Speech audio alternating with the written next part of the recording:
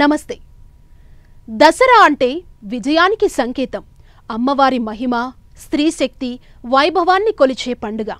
బాలా త్రిపుర సుందరి నుంచి రాజరాజేశ్వరి వరకు ఓ గాయత్రి, ఓ సరస్వతి, ఓ దుర్గాదేవి, ఓ మహాచండిగా అనేక రూపాల్లో అమ్మవారిని ఆరాధిస్తాం.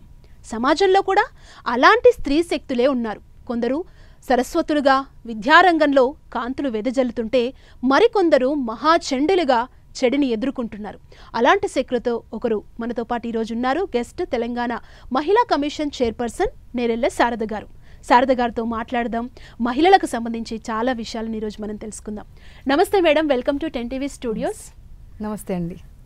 మహిళా ఎంపవర్మెంట్ అంటే ఏంటి, మనం ఎంతవరకు వచ్చాం, ఇంకా ఎంత చేరువలో ఉన్నాం, మనం గమ్యానికి చేరుకునేది ఎంత సమయం పడుతుంది? ఇంకా మీ లోగోలో చూసినట్టుగా మహిళ అంటేనే శక్తి స్వరూపిణి. విజయదశమి వస్తుందంటే తప్పకుండా ప్రతి ఒక్కరం అమ్మవారి గురించే మాట్లాడుకుంటూ ఉంటాం. అంటే భూమి పుట్టిన దగ్గర నుండి అమ్మవారి గురించి, అమ్మవారి శక్తి గురించి అన్నీ మాట్లాడుకుంటూ కూడా మళ్ళీ ఇంకా మహిళా ఎంపవర్మెంట్ ఎంత దూరం వచ్చింది అనేటువంటి ప్రశ్న మాట్లాడుకుంటున్నాను చూడండి. నిజంగా అది కొంచెం బాధాకరమైనటువంటి విషయము. ఎందుకంటే స్త్రీ పురుషులు సమానంగా బ్రతికేటువంటి అధికారము ఈ లోకంలో ఉంది. అయినా సరే స్త్రీ కోసము ఇది కావాలి, ఇంకా అది కావాలి అనేటువంటి మాట్లాడే పరిస్థితిలో మనం ఎందుకున్నాము? ముందుగా మనం అది ప్రశ్నించుకోవాల్సినటువంటి అవసరం ఉన్నది.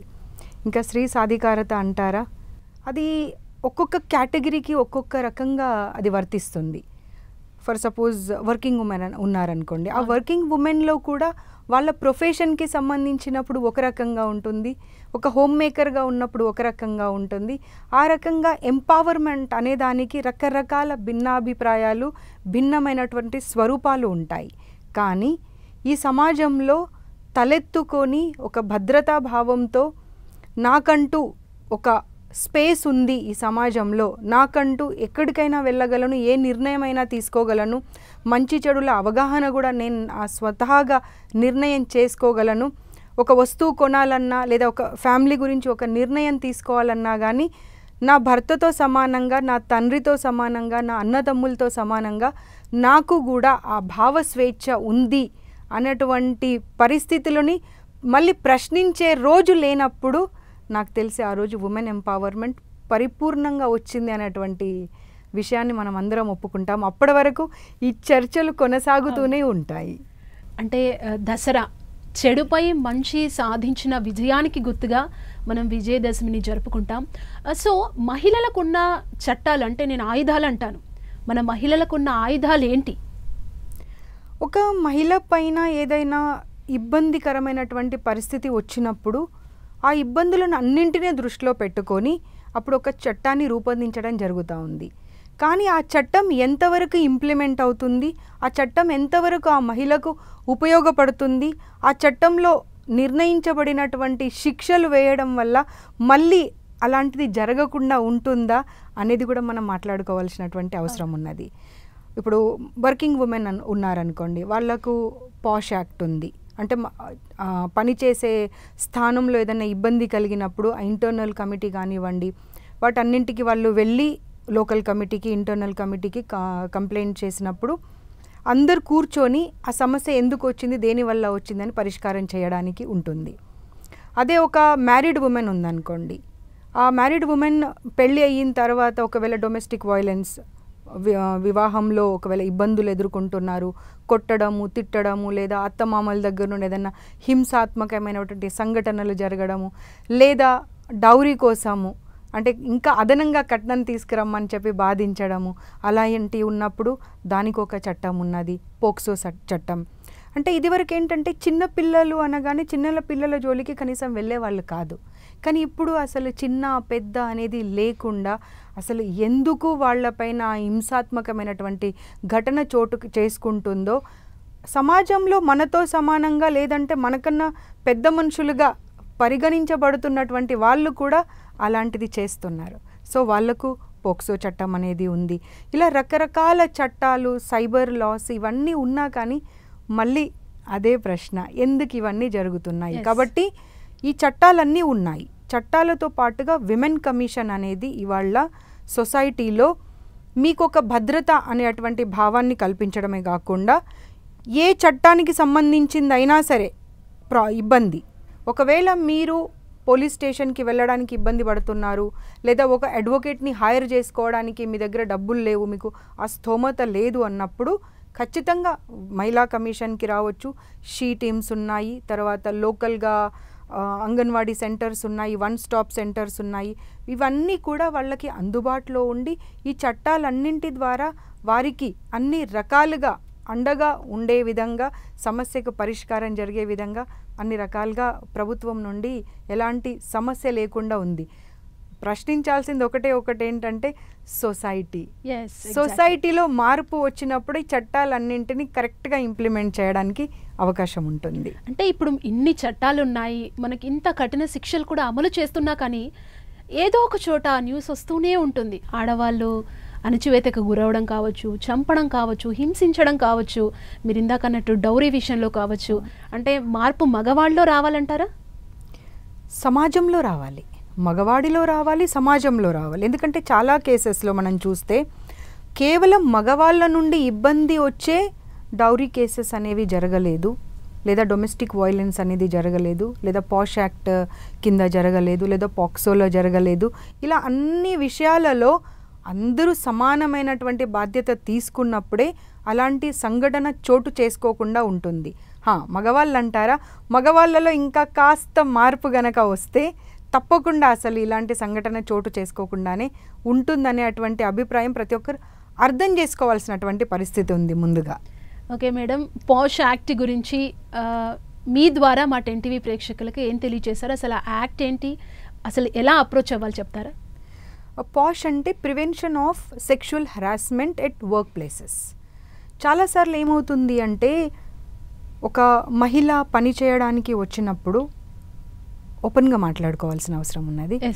అందంగా ఉన్నారనో, లేకపోతే వీళ్ళకన్నా ఎక్కువ క్యాలిబర్తో ఉన్నారనో, ఎలాగైనా సరే వీళ్ళని మనము ఆ కాంపిటీషన్ నుండి తప్పించాలనో, లేకపోతే నా మాట వినట్లేదు, నాకు సరెండర్ చేసుకోవాలనో ఇబ్బంది పెట్టేటువంటి పరిస్థితులు చాలా సందర్భాలలో ఉన్నాయి. అప్పుడేమవుతుంది, ఈ యాక్ట్ కింద వాళ్ళు ఒకవేళ వెళ్ళి కంప్లైంట్ చేయాలంటే కూడా చాలా సందర్భాలలో మళ్ళీ వీళ్ళతోనే పని చేయాలి కదా.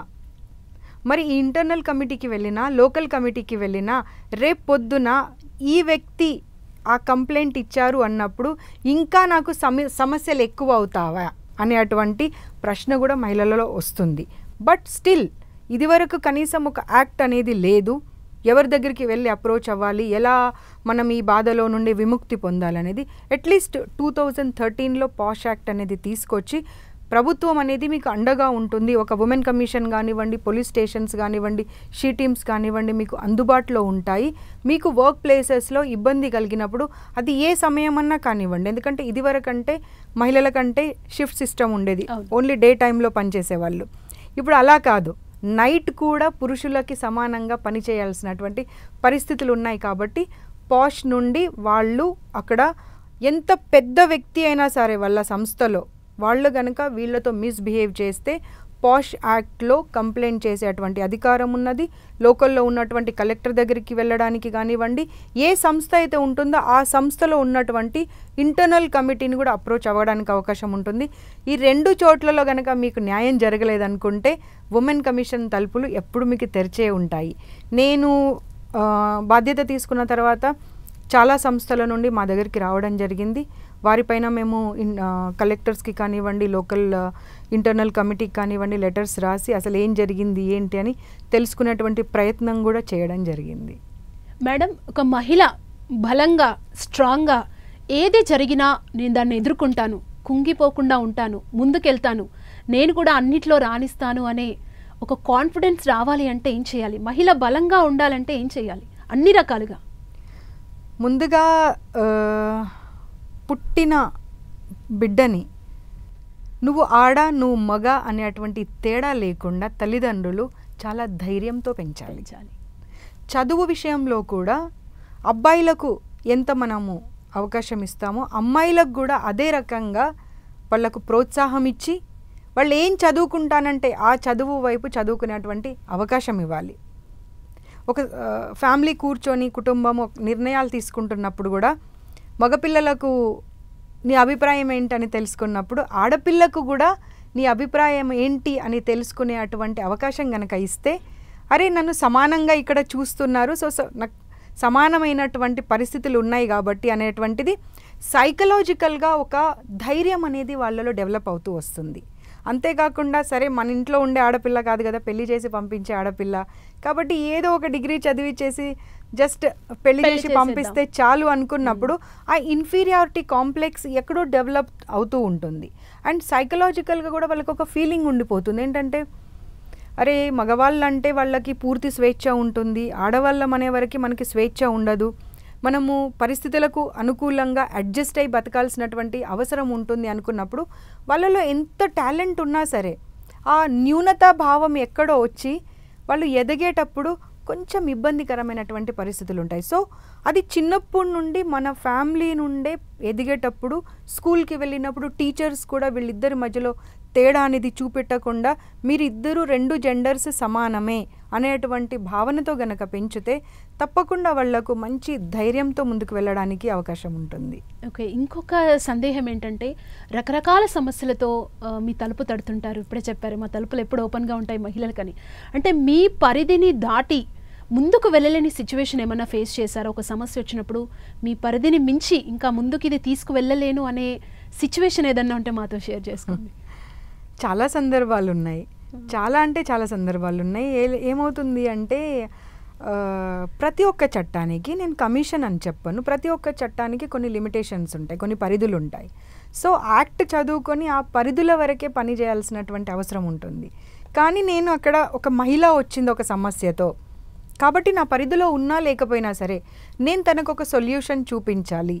సో ఎలా సొల్యూషన్ చూపిస్తాను, ఏ డిపార్ట్మెంట్తో ఎవరితో నేను కనుక కోఆర్డినేషన్లో పనిచేస్తే ఆ సమస్యకి పరిష్కారం చూపించగలను అనే దిశగా అవన్నీ ఆలోచన చేసి స్టాఫ్తో ఆలోచన చేసి లీగల్ నాలెడ్జ్ తీసుకొని లీగల్ ఎవరైతే అడ్వైజర్స్ ఉంటారో వాళ్ళ ప్రమేయంతో వాళ్ళకు ఒక దారి చూపెట్టడం జరుగుతూ ఉంది. అంతేకాకుండా చాలామంది అనుకోవచ్చు మేము ఆఫీస్కి వచ్చాము కానీ మేడం ఇది మా పరిధిలో లేదు అని మేము ఎక్స్ప్లెయిన్ చేస్తాము. కాకపోతే ఎక్స్ప్లెయిన్ చేసిన తర్వాత ఇదిగోండి ఇది దారి, ఇలా వెళ్తే మీకు పరిష్కారం దొరుకుతుంది అనేటువంటి మాట చెప్తాము. సో అప్పుడు చాలామందికి కమిషన్ అనగానే అన్నీ చేయొచ్చు అనే ఆలోచనతో వచ్చి ఓహో ఇలా లిమిటేషన్స్ కూడా ఉంటాయి అనేది కొంచెం అర్థం చేసుకుంటున్నారు ఇప్పుడు. అంటే మీరు ఒక కేస్ స్టడీని 10TV షేర్ చేసుకోవాలనుకుంటే మీరు ఇబ్బంది పడ్డ కేస్ స్టడీ ఏంటి, అసలు ఎన్ని కేసెస్లో మీరు ఇబ్బంది పడ్డారో షేర్ చేసుకుంటారా? 1-2 అని కాదు, నెంబర్ ఆఫ్ కేసెస్ ఉన్నాయి. అండ్ నెంబర్ ఆఫ్ కేసెస్లలో ప్రతిదీ డిఫరెంట్ కేసు. కొన్ని కేసెస్ ఏమో ఏంటంటే డిఫరెంట్ క్యాస్ట్లో ఉన్న వాళ్ళు పెళ్లి చేసుకొని ఒక 5 సంవత్సరాలు 8 సంవత్సరాలు కలిసి ఉన్న తర్వాత పిల్లలు అంటే ప్రెగ్నెన్సీ వచ్చిన తర్వాత మా ఫ్యామిలీ ఒప్పుకోవట్లేదు కాబట్టి నువ్వు నాకు వద్దు అని చెప్పి వదిలేయడం జరుగుతూ ఉంది. సో అలాంటి కేసెస్ కమిషన్ పరిధిలో కొంతవరకు వస్తాయి, కొంతవరకు రావు. కానీ కమిషన్ పరిధిలో వస్తుందా లేదా అని చూడకుండా మేము తప్పకుండా వాళ్ళని రిమైండ్లోకి తీసుకోవడము, వాళ్ళ ఫ్యామిలీకి బుద్ధి చెప్పడానికి ప్రయత్నం చేయడము, అమ్మాయికి న్యాయం చేయడానికి పరిస్థితి కల్పించడము, అవసరమైతే వాళ్ళని కూర్చోబెట్టి నువ్వు అంటే 5 సంవత్సరాలు 8 సంవత్సరాలు కలిసి ఉన్నప్పుడు ఆ అమ్మాయి ప్రెగ్నెంట్ అయ్యేదాకా తీసుకొచ్చినప్పుడు ఇంకా రేపో మాపో డెలివరీకి ఉంది అనే అంతవరకేమో నీకు ఆ క్యాస్ట్ గుర్తుకు రాలేదు. అవును, ఇవాళ ఎప్పుడైతే పాప పుట్టి ఇంకా నీ వారసురాలు ఒకరు రాబోతున్నారు అని అనుకున్నప్పుడు అప్పుడు ఫ్యామిలీ గుర్తుకొస్తుంది, తల్లిదండ్రులు గుర్తుకొస్తుంది, మీ కులం గుర్తుకొస్తుందా? అప్పటి వరకు మీ కులం గుర్తుకు రాదు, ఆర్థిక పరిస్థితులు గుర్తుకు రావు. సో అలాంటి కేసెస్లో చాలా మేము హెల్ప్ చేసినటువంటి పరిస్థితులు ఉన్నాయి. పోక్సో ఉంది ఇప్పుడు. పోక్సోలో ఏంటంటే అది మళ్ళీ చైల్డ్ రైట్స్ కమిషన్కి సంబంధించినటువంటి విషయము. అందులో కేసు అయిన తర్వాత కోర్టుకు వెళ్ళినటువంటి ఇష్యూస్ ఉంటాయి. అయినా సరే మా దగ్గరకు వస్తూ ఉంటారు. వచ్చినప్పుడు కూడా మా పరిధి కాదు అని చెప్పి మేము పక్కన పెట్టాము. కేస్ స్టడీ అంతా చేసి టోటల్ కమిటీ నా ఆఫీస్లో ఉన్నటువంటి స్టాఫ్ని కూర్చోబెట్టుకొని దాని గురించి చర్చిస్తాను నేను. అవసరమైతే అవర్స్ టుగెదర్ కూర్చొని చర్చిస్తాం మేము. చర్చించి మన దగ్గరకు వచ్చిన ఎవరు కూడా కనీసం మనకు పరిష్కారం లేకుండా వెళ్ళకూడదు అనేటువంటి ఆలోచనతో అలాంటి కేసెస్ కూడా మేము డీల్ చేసినటువంటి సందర్భాలు ఉన్నాయి. లివ్ ఇన్ రిలేషన్షిప్స్ దీని గురించి చాలా మాట్లాడుకోవాలి, ఎందుకంటే ఎక్కడ చూసినా లివిన్ లివిన్ లివిన్ అనే పేరే వినబడుతుంది. అంటే ఈ ఇందులో భాగంగానైతే చెప్తాను. అది ముందుగా లివిన్లో ఉంటున్నారు, తల్లిదండ్రుల ప్రమేయంతో ఉంటున్నారా, లేకపోతే ఓన్లీ వీళ్ళ ఇద్దరికి మనసు కలిసింది అని ఉంటున్నారా, లేకపోతే కొంతకాలం కోసం ఉంటున్నారా, వాళ్ళిద్దరికే తెలియాలి. మోజు తీరిన తర్వాతనా అనాలా, లేకపోతే ఒక మంచి ఉద్యోగం వచ్చిన తర్వాత అనాలా, అప్పుడు ఈ అమ్మాయి వద్దు, అప్పుడు ఇంకో పెళ్ళి కావాలి, మంచి స్థితిగతులు ఉన్నటువంటి సంబంధాలు కావాలి. అప్పుడు అమ్మాయిలకు తోచట్లేదు ఏం చేయాలో. ఎందుకంటే తల్లిదండ్రుల దగ్గర వెళ్ళలేరు, సొసైటీలో తలెత్తుకొని తిరగలేరు, ఎక్కడికి వెళ్ళాలో అర్థం కాని పరిస్థితులు. సో మా పరిధి ఉన్నంత వరకు కాకుండా దానికి మించి కూడా ప్రయత్నం చేస్తున్నాము. కానీ ఆ ప్రయత్నంలో మేము సక్సీడ్ అవ్వాలి అంటే పోలీస్ డిపార్ట్మెంట్ సహకారం చాలా చాలా అవసరం ఉన్నది. ఎందుకంటే వాళ్ళు అబ్స్కాండ్ అవుతున్నారు, వాళ్ళ పర్మనెంట్ అడ్రస్ ఇవ్వట్లేదు అబ్బాయిలు. సో ఆ పర్మనెంట్ అడ్రస్ లేనప్పుడు, అబ్స్కాండ్ అయినప్పుడు వాళ్ళు పట్టుకొని వచ్చినప్పుడే డిపార్ట్మెంట్ మేము కూర్చోబెట్టి వాళ్ళకి న్యాయం చేయగలుగుతాం. అంటే ఒక అమ్మాయి ఇన్ని రోజులు లివ్ ఇన్ రిలేషన్లో ఉన్నా కూడా అబ్బాయి పర్మనెంట్ అడ్రస్ లేని పరిస్థితి ఉందంటారా? కరెక్ట్, అలాంటి పరిస్థితులు ఉన్నాయి. ఎక్కడో ఫ్రెండ్ రూమ్కి వెళ్తారు, అక్కడ టైం స్పెండ్ చేస్తారు, లేదా బయట కలుసుకుంటారు. అంటే ఒక నమ్మకం కలిగించి ఇంతకాలం ఉన్నాను కదా, నువ్వే నా ప్రాణం, నీతోనే పెళ్ళి, నీతోనే ఇక మీదట జీవితం అనేవరకు ఏ అమ్మాయి అయినా కానీ నమ్మేస్తుంది. ఎందుకంటే తల్లిదండ్రుల తర్వాత నమ్మే ఏకైక వ్యక్తి ఎవరు ఉంటారంటే తనను భర్తగా ఊహించుకున్నటువంటి వ్యక్తి. సో అలాంటి కేసెస్ ఉన్నాయి. పాష్ యాక్ట్లో కొన్ని కేసెస్ ఉన్నాయి. అవి చాలా అంటే వాళ్ళ దగ్గర ప్రూఫ్స్ లేకుండా, ఏది లేకుండా, కానీ వాస్తవంగా అక్కడ జరిగి ఉన్నది. వాళ్ళపైన లైంగిక దాడి చేయడము, లేకపోతే వాట్సాప్లలో కంటెంట్ ద్వారా హింసించడము, లేకపోతే ఇంకా రకరకాలు ఉన్నాయి. సో అవి కూడా కొన్నిసార్లు మా దగ్గరకు వచ్చినప్పుడు న్యాయం ఎలా చేయాలా అని కొన్ని రోజులు కూర్చొని మేము ఆలోచించాల్సినటువంటి పరిస్థితి ఉంది. ఎందుకంటే ఇది ఒక డిపార్ట్మెంటే ఆలోచించి నిర్ణయం తీసుకునేది లేదా శిక్షించే అటువంటి పరిస్థితి ఉంటే ఏమయ్యేది కాదు. కానీ ఇక్కడ ఒక చట్టం అనేది ఉంటుంది, ఒక కలెక్టర్ ఇన్వాల్వ్మెంట్ అవసరం ఉంటుంది, ఒక అక్కడ ఉన్నటువంటి పోలీస్ డిపార్ట్మెంట్ ఇన్వాల్వ్మెంట్ అవసరం ఉంటుంది, కొన్నిసార్లు కోర్ట్ ఇన్వాల్వ్మెంట్ అవసరం ఉంటుంది, కొన్నిసార్లు గవర్నమెంట్ ఇన్వాల్వ్మెంట్ అవసరం ఉంటుంది. సో అలాంటి కేసెస్ వచ్చినప్పుడు అప్పుడు అనిపిస్తుంది, అరే కమిషన్ పరిధి ఇంకాస్త ఎక్కువ ఉంటే బాగుండేది కదా అనిపిస్తుంది. ఓకే మేడం, అంటే ఆల్రెడీ ఇప్పుడు లివ్ ఇన్ రిలేషన్ గురించి మనం మాట్లాడుకుంటున్నాం కాబట్టి అసలు లివ్ ఇన్ రిలేషన్ అంటే ఏంటి, మీ ఆస్పెక్ట్లో ఏంటి? అసలు నాకు తెలిసి ఆ లివ్ ఇన్ రిలేషన్షిప్ దానికి అర్థము ఏమీ తెలియదండి ఎవరికి. అదేదో ఆ లివ్ ఇన్ అనే పదముకి అట్రాక్ట్ అయిపోయి మంచి చెడులు ఆలోచించకుండా ఫ్యూచర్ ఏంటి మళ్ళీ అనేటువంటి ఆలోచన లేకుండా మేము ఇది చేయడం వల్ల మా లైఫ్కి ఏమవుతుంది, మా పేరెంట్స్ ఏంటి, కుటుంబం మనం రోడ్డున పడేస్తున్నామా, సొసైటీలో రేపు ఎలా మనం బ్రతకాలి, ఏ ఆలోచన ఉండదండి. ఎందుకు కనెక్ట్ అవుతారో తెలీదు, ఎలా కనెక్ట్ అవుతారో తెలీదు, వాళ్ళిద్దరు కలిసి ఎందుకు సేల్ చేస్తున్నారో తెలీదు. అవన్నీ ఏం నాలెడ్జ్ లేకుండానే కలిసి ఉంటారు. ఎప్పుడైతే ఎదురు దెబ్బ తగులుతుందో అప్పుడు సొసైటీ గుర్తుకొస్తుంది, తల్లిదండ్రులు గుర్తుకొస్తారు, పోలీస్ స్టేషన్ గుర్తుకొస్తుంది, మహిళా కమిషన్ గుర్తుకొస్తుంది. ఇవన్నీ జరుగుతున్నాయి. ఈ సందర్భంలో మటుకు నేను అబ్బాయిలనే తప్పుపడతాను. ముందు నేను ఒక మాట అన్నాను ఏంటంటే ఓన్లీ అబ్బాయిలను తప్పుపట్టరాదు అని. కానీ లివ్ ఇన్ రిలేషన్షిప్లో మటుకు 100కి 100% అబ్బాయిలే అమ్మాయిల్ని మోసం చేస్తున్నారు. మా దగ్గరకు వచ్చే కేసెస్ అలాగే ఉన్నాయి.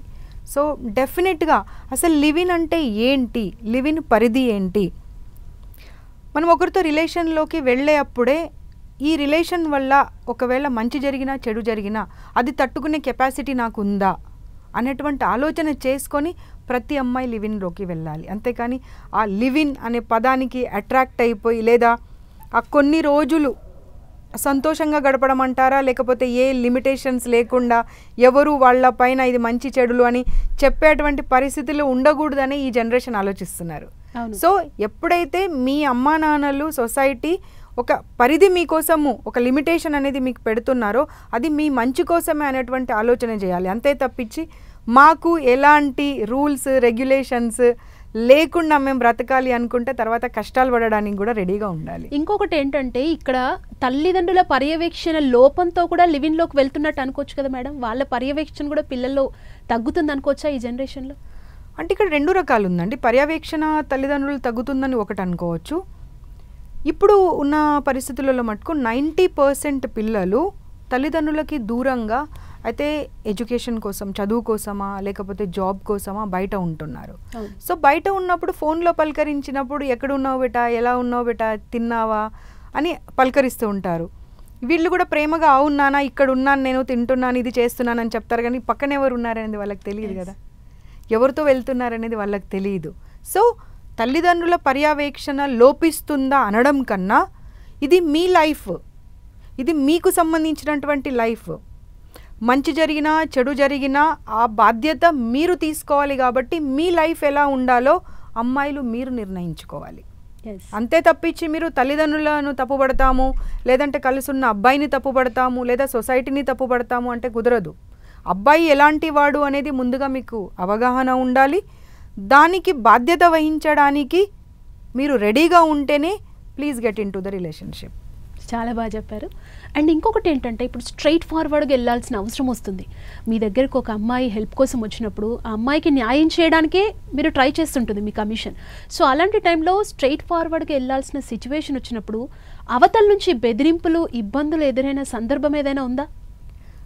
బెదిరింపులు అంటే చాలాసార్లు మీరు ఏకపక్షంగా మాట్లాడుతున్నారు, మీరు ఇలా మాట్లాడకూడదు అని చెప్పి వాదనకు కూడా దిగిన సందర్భాలు ఉంటాయి.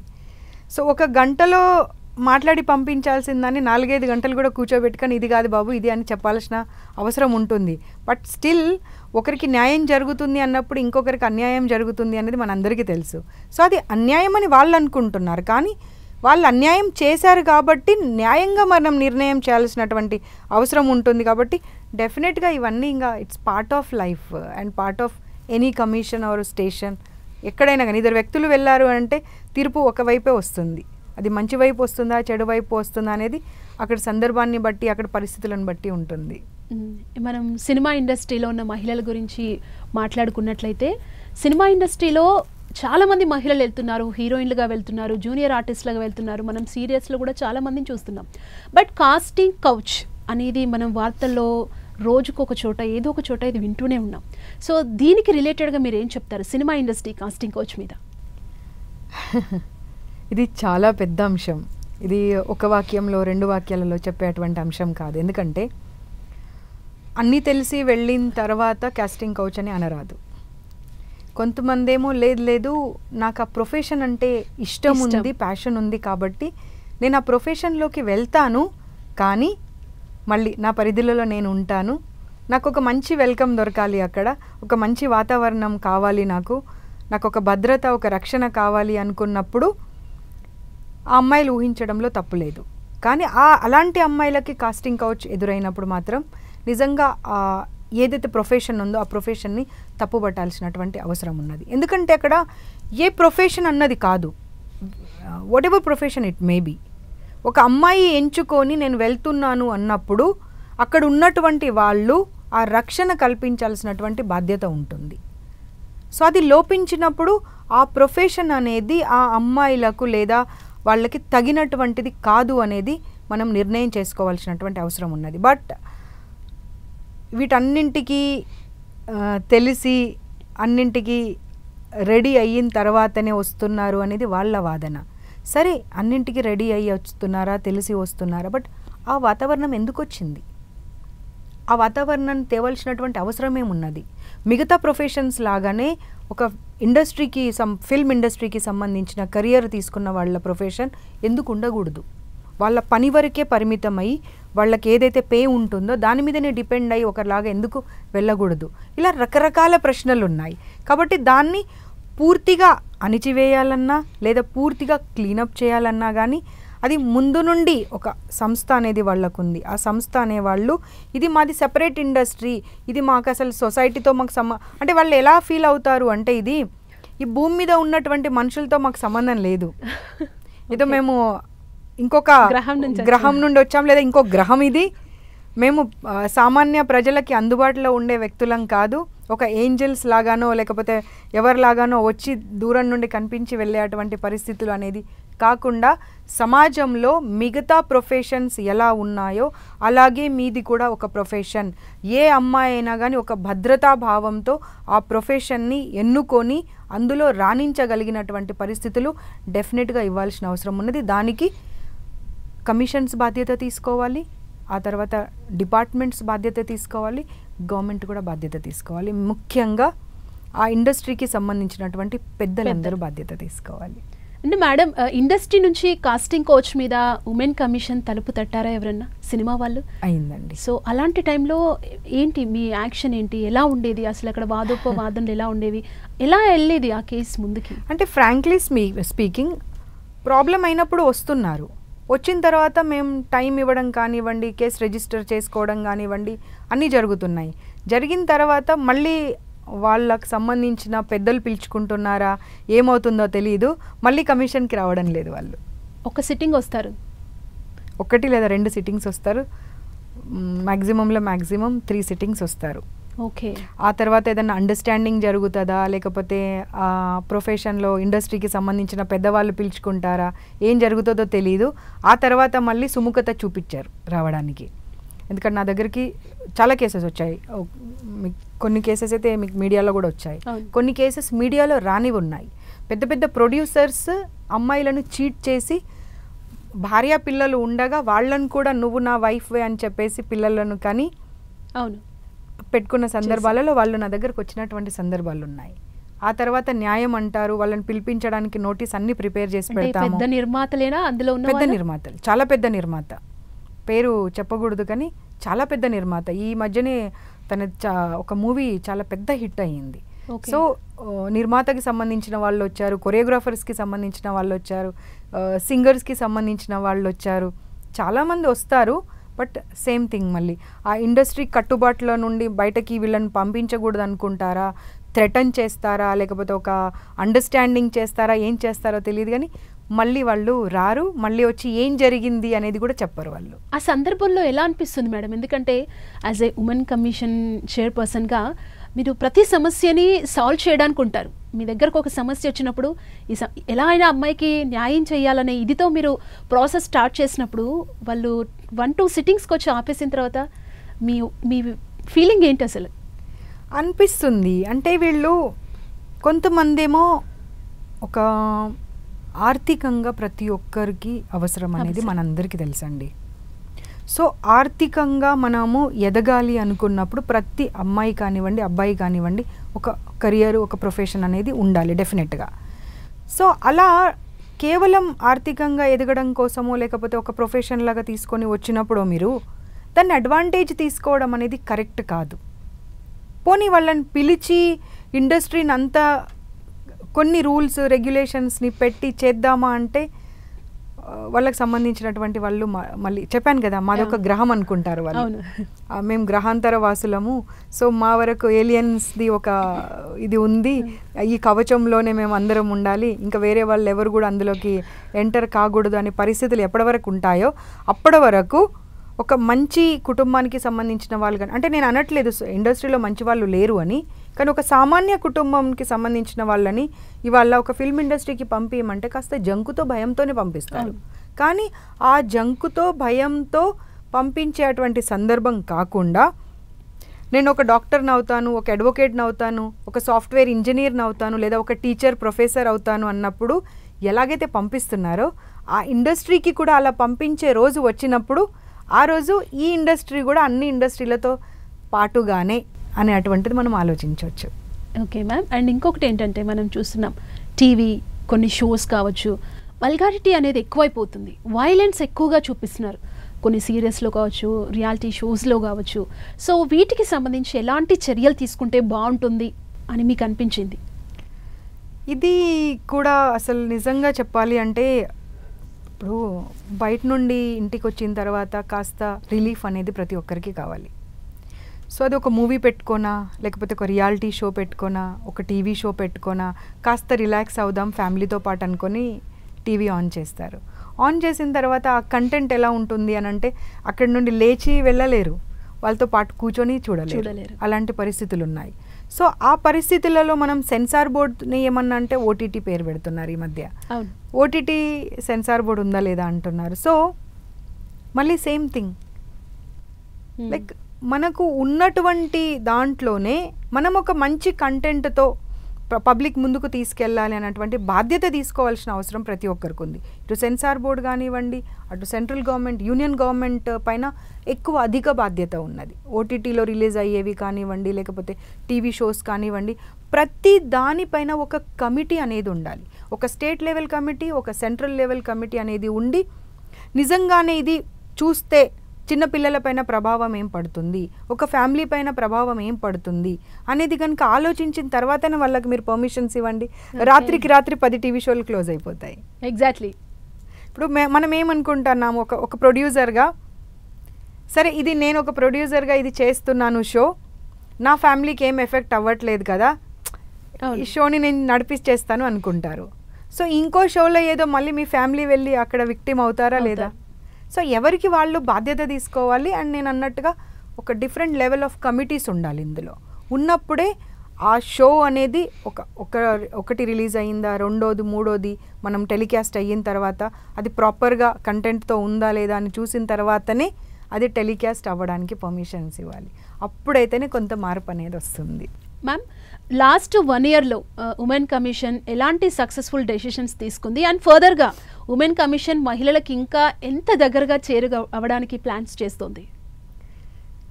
వాస్తవంగా ఈ ప్రశ్నకి నేను సమాధానం ఇవ్వడం కన్నా మీరు పబ్లిక్ దగ్గరికి వెళ్ళి ఒపీనియన్ తీసుకుంటే బాగుంటుంది.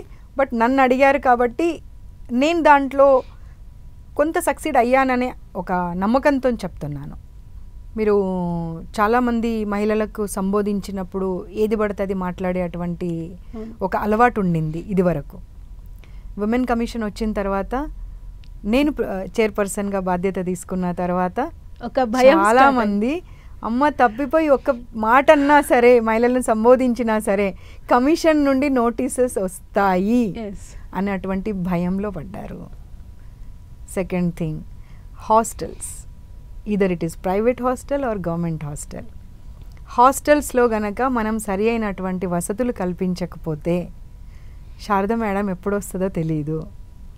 మన పరువు కానివ్వండి, మన పరిస్థితులు కానివ్వండి, బజార్లో పడతాము అనే అటువంటి భయం మొదలైంది అని పిల్లల తల్లిదండ్రులు నేను ఎక్కడికి వెళ్ళినా కానీ దగ్గరకు వచ్చి పలకరించి, అమ్మ మీరున్నారనే ఒక నమ్మకంతో మేము హాస్టల్కి పంపించడానికి ధైర్యం చేస్తున్నాము అనేటువంటి మాట చెప్తున్నారు. స్టూడెంట్స్, మగపిల్లలు కూడా, ఆడపిల్లలే కాదు మగపిల్లలు కూడా కాల్స్ చేసి, అమ్మ మాకు మీరున్నారనేటువంటి ఒక నమ్మకంతో మేము మా వార్డన్ని బెదిరిస్తున్నాము, మా ప్రిన్సిపల్ని బెదిరిస్తున్నాము, ఎవరన్నా ఏదన్నా మాకు సరిగ్గా ప్రొవైడ్ చేయకపోతే మీ పేరు తీసుకోగానే వాళ్ళు భయపడుతున్నారు అనేటువంటి మాట చెప్పడం అనేది వింటున్నాము. తర్వాత వచ్చి చాలా కేసెస్ ఇదివరకేమో జస్ట్ ఒక డొమెస్టిక్ వైలెన్స్ కానివ్వండి, లేదా డౌరీ ఇష్యూ ఏదన్నా జరిగినప్పుడు కౌన్సిలింగ్ కోసం వచ్చేవాళ్ళు అంతే. ఉమెన్ కమిషన్ ఆఫీస్కి కౌన్సిలింగ్కి రావడము, ఏదో కూల్గా కౌన్సిలింగ్ చేసుకున్నామా వెళ్ళిపోయామా అన్నట్టుగా ఉండేది. ఇప్పుడు అలా కాదు.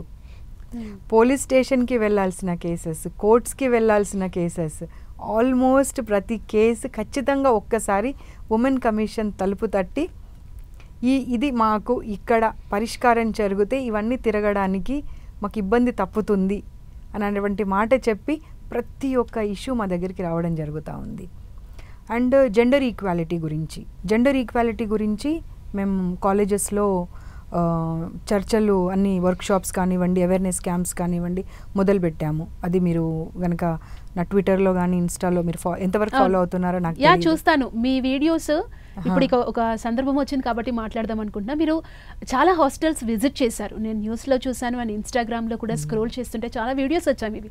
మీరు వెళ్ళి అక్కడ ప్రశ్నిస్తున్న టైంలో మీ వాయిస్ బేస్ కానీ, అంటే ఇప్పుడు మిమ్మల్ని నేను చూస్తున్నది వేరు, చాలా ప్లెజెంట్గా నా ముందు కూర్చున్నారు. ఏంటి ఇక్కడ ఇలా ఎందుకు ఉంది, ఇక్కడ ఎలా ఉంది అని చెప్పి మీరు ప్రశ్నించిన విధానం చాలా బాగా అనిపించింది నాకు మాత్రం. సో అమ్మాయిలు ఎలాంటి ఇష్యూస్ ఫేస్ చేస్తున్నారు అసలు హాస్టల్స్లో, మీకు ఆ లైవ్లో చూస్తున్నప్పుడు ఏమనిపించింది మ్యామ్? అక్కడ నేను ఒక ఉమెన్ కమిషన్ చైర్పర్సన్గా కాదు, ఒక మదర్ ఇన్స్టింక్ట్ అనేది నాలో వస్తుంది. నేను ఒక తల్లి అయినప్పుడు నేను నా పిల్లలకు అలాంటి వసతులు, అలాంటి ఫుడ్ పెడితే ఎంత కోపం వస్తుంది చెప్పండి మీరు. ప్రతి దాంట్లో వెంట్రుకలు, లేకపోతే రబ్బర్, లేకపోతే చెడిపోయినటువంటి వస్తువులు, అంటే మీరు ఒక బిజినెస్గా తీసుకుందాము అని తప్పించి అమ్మాయిల లైఫ్తో మీకు అవసరం లేదా? ఆ ఉన్న 2 yearsలో పిల్లలకి నరకం కనిపిస్తుందండి. పీసీఓడి ప్రాబ్లం లేని ఒక్క అమ్మాయి ఉండదు హాస్టల్కి వెళ్ళిన తర్వాత.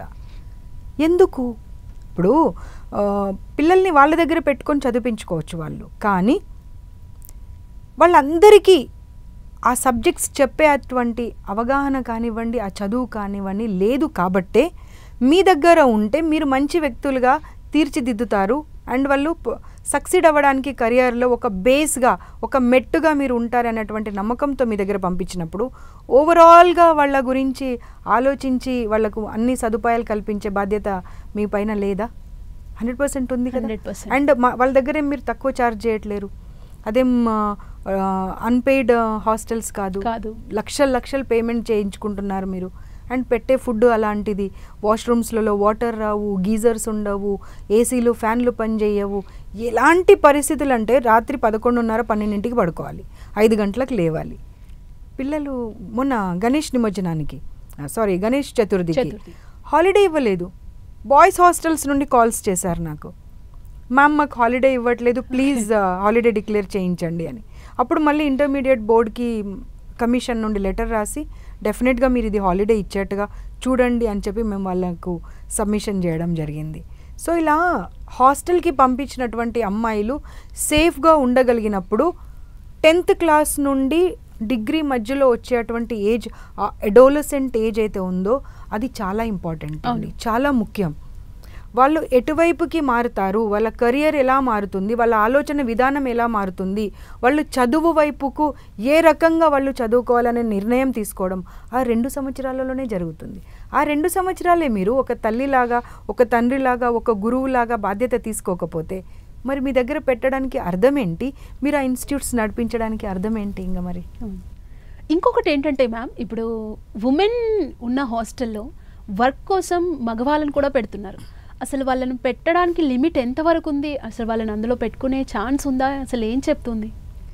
అంటే కొన్ని పనులు ఆడవాళ్ళు చేయలేనివి మగవాళ్ళు పెట్టుకుంటారు, మనం దాన్ని తప్పుపట్టడానికి లేదు. కానీ వాళ్ళు ఏ టైమింగ్స్లలో రావాలి, మళ్ళీ ఏ టైమింగ్స్లలో వెళ్ళిపోవాలి అనేది ఒకటి చూడాల్సినటువంటి బాధ్యత అక్కడ ప్రిన్సిపల్ ఉన్నారా, డీన్ ఉన్నారా, ఎవరు ఉన్నారో వాళ్ళు చూడాలి. ఇప్పుడు మొన్న లాస్ట్ ఒక హాస్టల్కి వెళ్ళాను. వెళ్తే వాచ్మెన్ అనేవాడు కానివ్వండి, ఆ వాటర్ సప్లై చేసేవాడు కానివ్వండి, ఏ టైంలో పడితే ఆ టైంలో 10:30కి 11 o'clock కూడా వచ్చేస్తున్నారంట. ఓకే. పిల్లలు నన్ను పట్టుకొని ఏడ్చేశారు. ఏంటంటే వాచ్మెన్ ఒకరోజు 2 తాగేసి వచ్చి పడుకున్నారంట రూమ్లో, అస్తవ్యస్తంగా, బట్టలు కూడా అస్తవ్యస్తంగా ఉన్నాయంట. సో అలాంటి పరిస్థితులలో మీరు హాస్టల్ రన్ చేస్తున్నారంటే you should question your self. మిమ్మల్ని మీరు ప్రశ్నించుకోండి. ఇంతమంది పిల్లల తల్లిదండ్రులు మీ మీద నమ్మకంతో మీ దగ్గరికి పంపించినప్పుడు మీరు అలాంటి పరిస్థితులు కల్పిస్తే మీకు అర్హత ఉందా హాస్టల్ నడిపించడానికి? ఒక విద్యావేత్త అనడానికి మీకు అర్హత ఉందా అనేటువంటిది ఎవరికి వాళ్ళు ప్రశ్నించుకునే అవసరం ఉన్నదండి.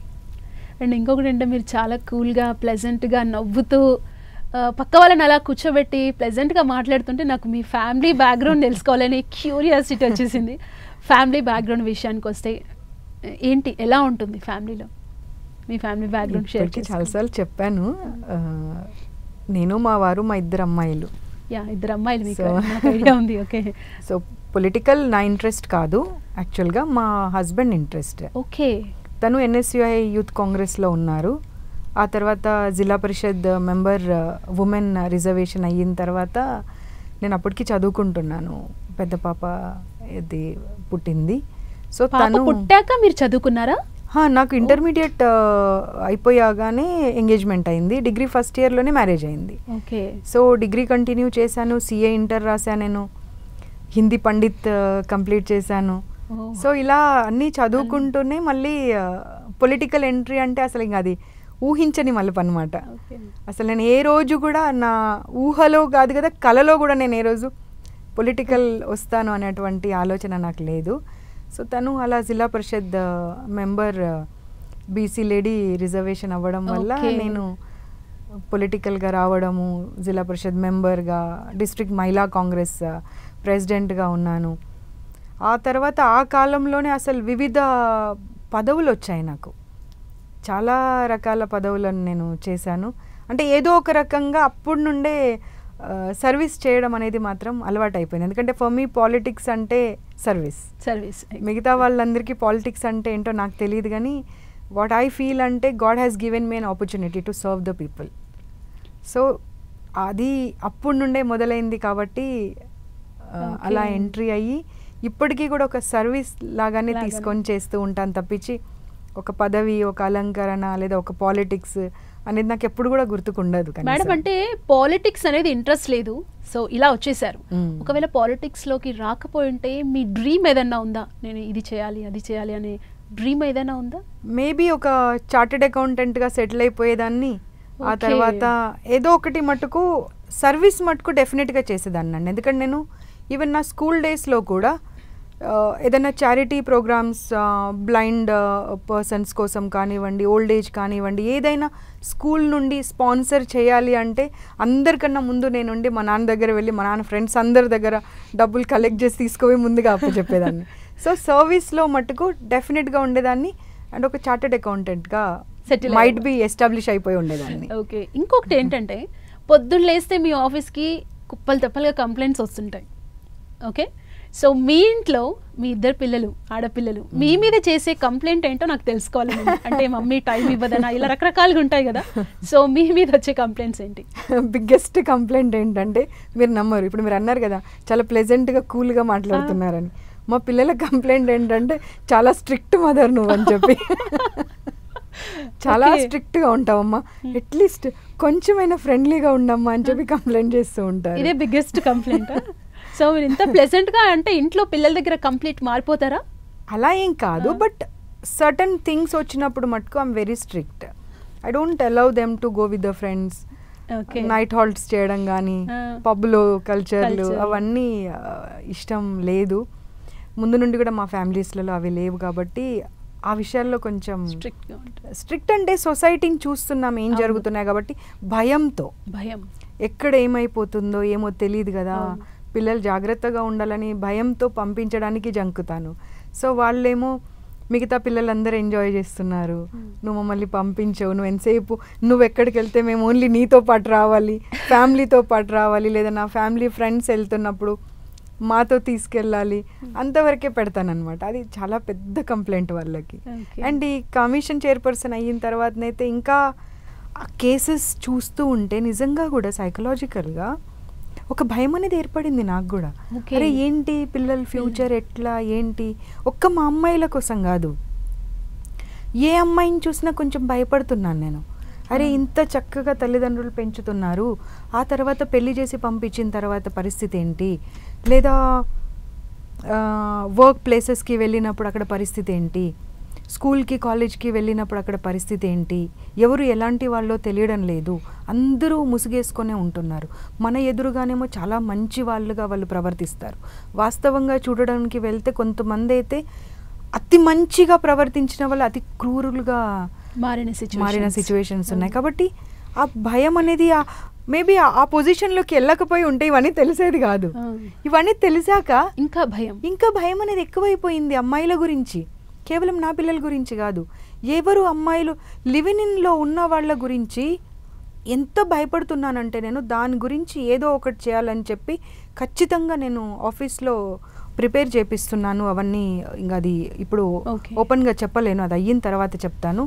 లివిన్ అనే అటువంటి భూతం ఏదైతే ఉందో కంప్లీట్ మన సొసైటీని అసలు నాశనం చేసేటువంటి పరిస్థితిలో ఉంది. దీని గురించి ప్రతి ఒక్క పేరెంట్, ప్రతి ఒక్క పిల్లలు ఆలోచించే అవసరం ఉన్నది. కోలివింగ్ హాస్టల్స్ ఉన్నాయి. అవును, కోలివింగ్ హాస్టల్స్ అనేవి ఫస్ట్ రద్దు చేయాలి గవర్నమెంట్. అసలు కోలివింగ్ అనే దానికి బేస్ లేదు, రూల్స్ లేవు, రెగ్యులేషన్స్ లేవు, ఏవీ లేవు. అసలు ఏ రకంగా కోలివింగ్లో పెడుతున్నారో తెలియదు నాకు. అండ్ పేరెంట్స్కి చెప్పి వచ్చి పిల్లలు ఉంటున్నారా లేదా కూడా తెలియదు. రేపు ఏదైనా మంచిది జరగకుండా చెడు జరిగిందనుకోండి, బాధ్యత ఎవరు వహించాలి? మళ్ళీ సూసైడ్, అంతే కదా. అంటే లైఫ్ అంటే నిర్ణయం తీసుకునే ముందు ఆలోచన లేకుండా ఆలోచన రాహిత్యంగా నిర్ణయం తీసుకోవడము, ఒక సమస్య ఎదురైనప్పుడు సమస్యని పరిష్కరించుకోవడానికి ధైర్యంగా నిలబడకుండా సూసైడ్ చేసుకోవడం, ఇదేనా లైఫ్ అంటే? ఇది ప్రతి ఒక్క అమ్మాయి ఆలోచించాలి కదా. అవును, మన చుట్టూ ఉన్నటువంటి మీరు ఫ్రెండ్స్ని అడుగుతారా, ఎవరిని అడుగుతారా? కొన్నిసార్లు ఫ్రెండ్స్ చేస్తున్నారని మేం చేయాలని అటువంటి ఆలోచన చేయకండి. Their life is different, your life is different. So నీ లైఫ్కి నీదే బాధ్యత, సొసైటీ బాధ్యత కాదు, తల్లిదండ్రుల బాధ్యత కాదు, నీ చుట్టూ ఉన్న వాళ్ళ బాధ్యత కాదు, నీది బాధ్యత. నీకు అంత నాలెడ్జ్ లేకపోతే కమిషన్కి వస్తారా, ఒక సైకలాజికల్ ఎవరన్నా మీరు సైకియాట్రిస్ట్ దగ్గర వెళ్తారా, సైకాలజిస్ట్ దగ్గర వెళ్తారా, ఎవరి దగ్గర వెళ్తారు, లేకపోతే ఒక గైడ్ లాగా కోచెస్ దగ్గర వెళ్తారా? నిర్ణయం తీసుకునే ముందు బాగా ఆలోచించి నిర్ణయం తీసుకోండి. ఆ క్షణిక కాలమైనటువంటి సంతోషం కోసము నిండు జీవితాన్ని బలి చేసుకోవద్దు. ఇది ఒక్క రిక్వెస్ట్ మటుకు, అది రిక్వెస్ట్ అనుకుంటారా, లేకపోతే ఒక అవగాహన కోసం చెప్తున్నా అనుకుంటారా, లేకపోతే ఒక థ్రెట్ లాగా చెప్తున్నా అనుకుంటారా, ఎలా అనుకుంటారో మీ ఇష్టం. బట్ మీ లైఫ్కి ఓన్లీ మీరే బాధ్యులు, ఇంకెవ్వరూ బాధ్యులు కాదు. ఇది మాత్రం ప్రతి ఒక్క అమ్మాయి, ప్రతి ఒక్క అబ్బాయి గుర్తుపెట్టుకోవాల్సినటువంటి అంశం. అది చాలా బాగా చెప్పారు. అండ్ మీ పిల్లలు అంటే వాళ్ళకు తెలిసిన వాళ్ళు కావచ్చు, చుట్టుపక్కల మమ్మీ ఇలాంటి ఇష్యూస్ జరుగుతున్నాయి మమ్మీ, దీని మీద కూడా రెస్పాండ్ అవ్వండి అని ఏదైనా మీకు సజెస్ట్ చేసే సిచ్యువేషన్స్ ఉన్నాయా? డెఫినెట్గా నేను నా ఆఫీస్లో జరిగే ప్రతి విషయాన్ని, ఇప్పుడు ఎందుకంటే వాళ్ళు ఆల్మోస్ట్ ఇంకా ఫ్రెండ్స్ లాగానే ఉంటున్నాము, ఈక్వల్గా ఏజ్ గ్యాప్ ఉన్నా కానీ గ్రాడ్యుయేషన్స్ అయిపోయిన పిల్లలే, ఎంబీఏ అయిపోయిన పిల్లలే కాబట్టి కూర్చొని నేను చర్చిస్తాను. అరే ఇవాళ ఇలాంటి కేసు వచ్చిందిరా, అసలు అర్థం అవ్వట్లేదు, దానికి పరిష్కారం ఎలా చెప్పాలో అంటే కొన్నిసార్లు వాళ్ళు కూడా అమ్మ ఇలా ఉంది కదా అని చెప్పి డిస్కస్ చేస్తారు నాతో. నా ఆఫీస్ కూడా కొన్నిసార్లు కొన్ని ఇష్యూస్ వచ్చినప్పుడు నా వెంట తీసుకెళ్తానండి. జస్ట్ తెలియాలి వాళ్ళకు మనుషులు ఎలా ఉన్నారు చూడడానికి, కానీ ఎలా అన్యాయం అయ్యింది, ఎలా మోసపోయారు వాళ్ళకు కూడా తెలియాలి. తెలిసినప్పుడు వాళ్ళ ఫ్రెండ్స్ కూడా వస్తున్నారు నా దగ్గరికి. ఫ్రెండ్స్లలో లివిన్లో ఉండి లేదా పెళ్ళయిన తర్వాత డొమెస్టిక్ వైలెన్స్ వల్ల, డౌరీ ఇష్యూస్ వల్ల వాళ్ళ ఫ్రెండ్స్కి ఫ్రెండ్స్ వాళ్ళు కూడా రావడం జరుగుతూ ఉంది. కాబట్టి డెఫినెట్గా ప్రతి అమ్మాయి they should know the value of their life. అంటే ఇంకా మీ ఫ్యూచర్ ప్లాన్స్ ఏంటి? పాలిటిక్స్లో ఎలా ముందుకు వెళ్ళాలనుకుంటున్నారు? ఏం చెప్తారు మీ ఫ్యూచర్ ప్లాన్ ఏంటంటే? ప్లాన్స్ అంటూ ఏమీ లేదు, but whatever given opportunity I just want to utilise it for the best. అంటే నాకు ఒక అవకాశం వచ్చినప్పుడు ఆ అవకాశం రావడానికి అది ఇంకా గవర్నమెంట్లో సీఎంగా ఎవరు ఉంటారో, మా పీసీసీగా ఎవరు ఉంటారో, లేదా మా ఏఐసీసీ జనరల్ సెక్రటరీగా ఎవరు ఉంటారో వాళ్ళు ఒక్కొక్కరి క్యాలిబర్ని బట్టి నిర్ణయం అనేది జరుగుతుంది. సో వాళ్ళు ఏ అవకాశం ఇచ్చినా కానీ ఆ అవకాశానికి ఒక 100 రెట్లు ఎక్కువ న్యాయం చేయాలన్నటువంటి ఆలోచనతో ముందుకెళ్తాను. Thank you so much madam. మీ విలువైన టైంని 10 టీవీ దగ్గరకు వచ్చి ఇక్కడ కేటాయించి చాలా విషయాలు మీరు మహిళలకు తెలియజేశారంటే వాళ్ళు ఎలా స్ట్రాంగ్గా ఉండాలి ఏంటి, వారికి ఒక మోటివేషన్ ఇంటర్వ్యూ అనే నేను చెప్తాను ఇది. Thank you so much ma'am. Thank you so much. ఇది విజయదశమి ప్రత్యేక కార్యక్రమం. మరో కార్యక్రమంతో మళ్ళీ కలుద్దాం. చూస్తూనే ఉండండి 10 టీవీ.